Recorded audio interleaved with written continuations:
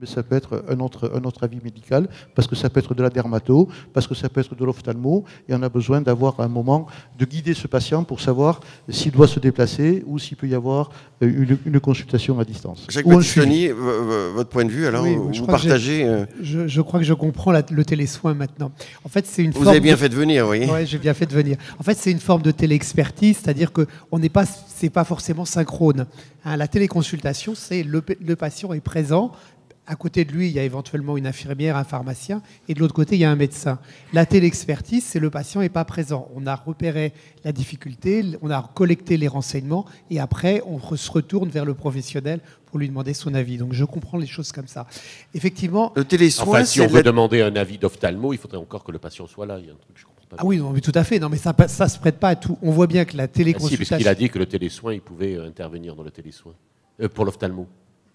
Il faut que vous soyez un tout petit peu plus clair. Oui, dans le télésoin, c'est pas que de la téléexpertise. Expliquez-nous bien. Non, ce n'est pas que de la téléexpertise. Donc Jacques Battistoni n'a pas bien compris. J'ai pas tout compris. Il faudra qu'il revienne.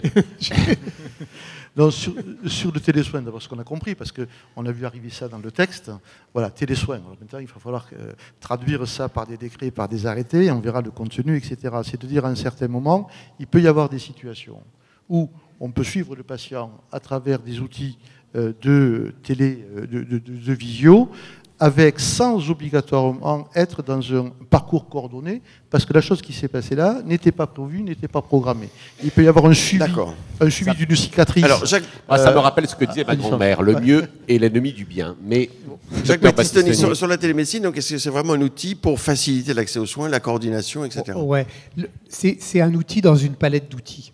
On voit bien qu'on va s'organiser entre nous dans des équipes de soins primaires, comme je disais tout à l'heure, et puis suivant le territoire, parfois, effectivement, comme le disait Gilles, il y a une grande distance, donc ça va être intéressant pour nous d'organiser, grâce à l'infirmière, grâce au pharmacien, des consultations qui vont se faire à distance, qui vont être programmées et qui vont nous permettre de voir les choses.